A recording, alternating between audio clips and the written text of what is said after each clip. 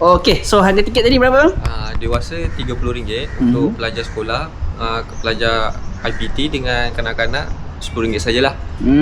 Okey, baik. So kembali lagi sekali bersama saya. So kita berada di Galeri Aula Islam di Maidin, Anjong Maidin, Johor Bahru.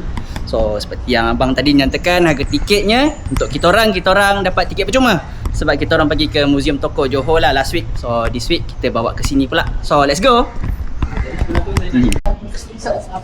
Kita untuk masuk Dewan Pameran, kita kena berbanyakkan selawat, zikir atas Nabi dalam hati. Semoga apa yang kita tengok artifact depan mata kita tu, apa yang kita baca tu, dia punya description supaya terus masuk ke dalam hati kita lah. Itu yang kami harapkan. Apa yang kami harapkan setiap pengunjung yang datang ke Galeri Islam, luas hanya daripada Galeri Islam ilmu yang mereka dapat. Betul.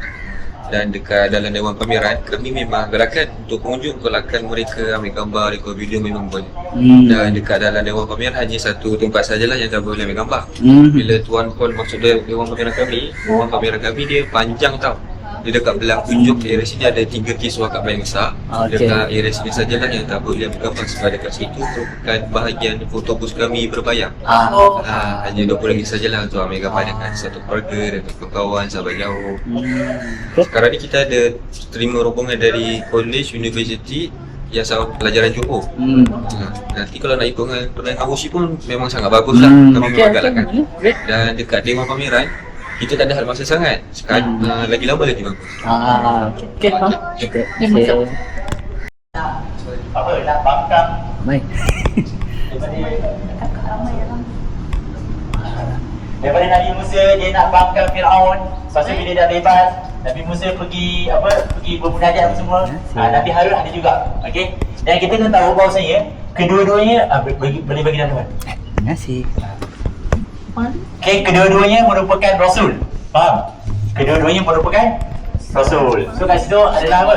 Diorang dulu menyampaikan. Satu lagi, diorang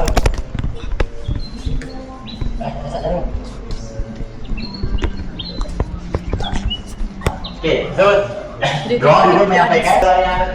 So dalam ni dia ada banyak lah artifak-artifak dan bahan-bahan daripada Mekah. Contohnya kiswah Mekah, kiswah Kaabah dan juga replika pintu.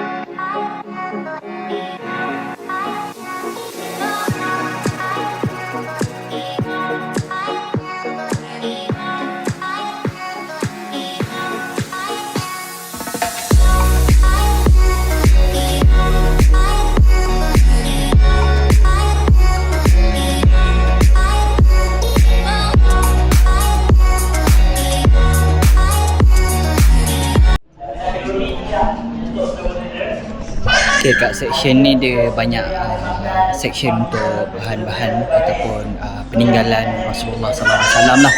Alright, seperti kita ada tongkat Rasulullah, kita ada bekas air jemuju Rasulullah, semuanya ada kat sini.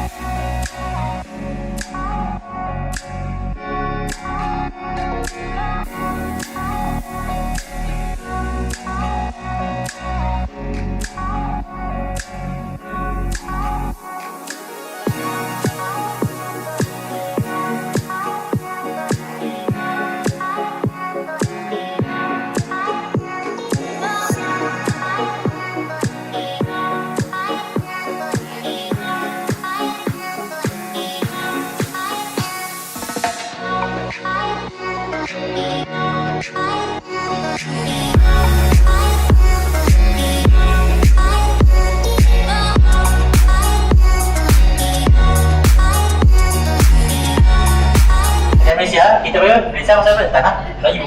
Tahu tak? Andalusia, tanah Bandan. Tapi V tu dah tak ada lah. Okey, di belakang tu kita ada kunci untuk pintu Ashabul Kahfi. Ashabul Kahfi ni antara salah satu kisah yang ada dalam Al-Quran, yang ada untuk umat Kristian pun ada juga. Yang tadi ada Kristian kan? Okey. So Kristian pun dia pakai juga. Kalau Kristian dia akan kata apa? The Seven Sleepers. 7 pemuda yang tidur dalam gua. So Ashabul Kahfi ni adalah, dia ada surah dia dekat Al-Quran, juzuk 15. Nama dia surah Al-Kahfi yang perlu kita baca setiap hari Jumaat. Boleh malam Jumaat, malam Jumaat ya, malam Jumaat. Tak kisahlah, hari Jumaat ataupun malam Jumaat, tak kisah. Okey, yang penting kita baca hari Jumaat. So yang ni, kunci ni berada di Jordan. Sebab apa? Sebab gua Ashabul Kahfi ni kita tak boleh nak verify mana gua yang paling sahih, paling betul. So dia akan ada beberapa pandangan. Yang ni adalah antara pandangan yang masyhur dan ada sampai sekarang. So siapa-siapa yang kalau pergi Jordan, dia akan bawa lah ke sini. Okay, kita dah habis tengok pusing semua sini. So far it was a good experience. Korang jangan lupa datang ke sini kalau ada kesempatan lah lawat. Alright, itu saja untuk vlog kali ni. Terima kasih kerana menonton. Bye bye.